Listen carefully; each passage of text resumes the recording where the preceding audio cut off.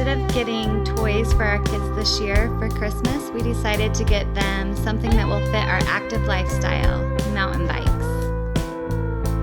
And of course we had to get out there on Christmas Day to see how they worked. We went to a trail called Bear Claw Poppy by St. George, Utah. And this is me. I called this trail the Trail of Death for me because I was not off to a great start. I had jeans on, I had my father-in-law's tennis shoes on that were just a little bit too big, and I was riding my father-in-law's bike that had 0 brakes, but I made it, so it's all good.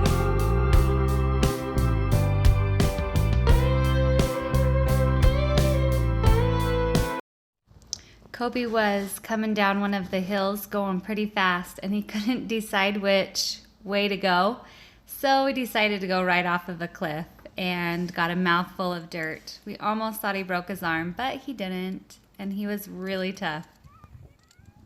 It is about 2.5 miles uphill, and then the rest is all smiles. As we finished and we were loading up our bikes, I noticed a man had also just finished, and he was staggering. I honestly thought that he was either drunk or completely high. He had a hard time standing up after his fall. He couldn't get up. So I nudged my husband and said, "Hey, go help that man over there." And these next few minutes were moments I will never forget. Mr. Dell is truly an inspiration. This is Dell doing just a minor seat adjustment after one of his crashes.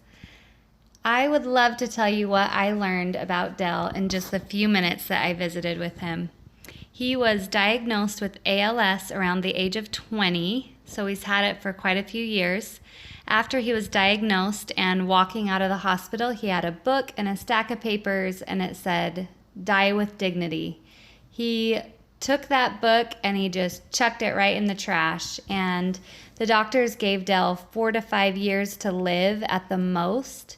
And Dell looked at me and pointed to his brain and said, "It was all a mental thing for me. I had to carry on as if nothing was wrong with me." I am sure that being active cannot be easy for Dell, but he said that he has to because it's what keeps him going. And his famous words to us were, "You know what they say, if you fall 7 times, you get up 8. And that's what he lives by. When we saw Dell crash the second time, we didn't help him up. Instead, we watched him knowing that he was strong enough and he had the will to do it himself. It was such a treat to run into another chronic illness warrior. And Mr. Dell, I would like to tell you thank you for being such a champion and for showing my boys how it's done.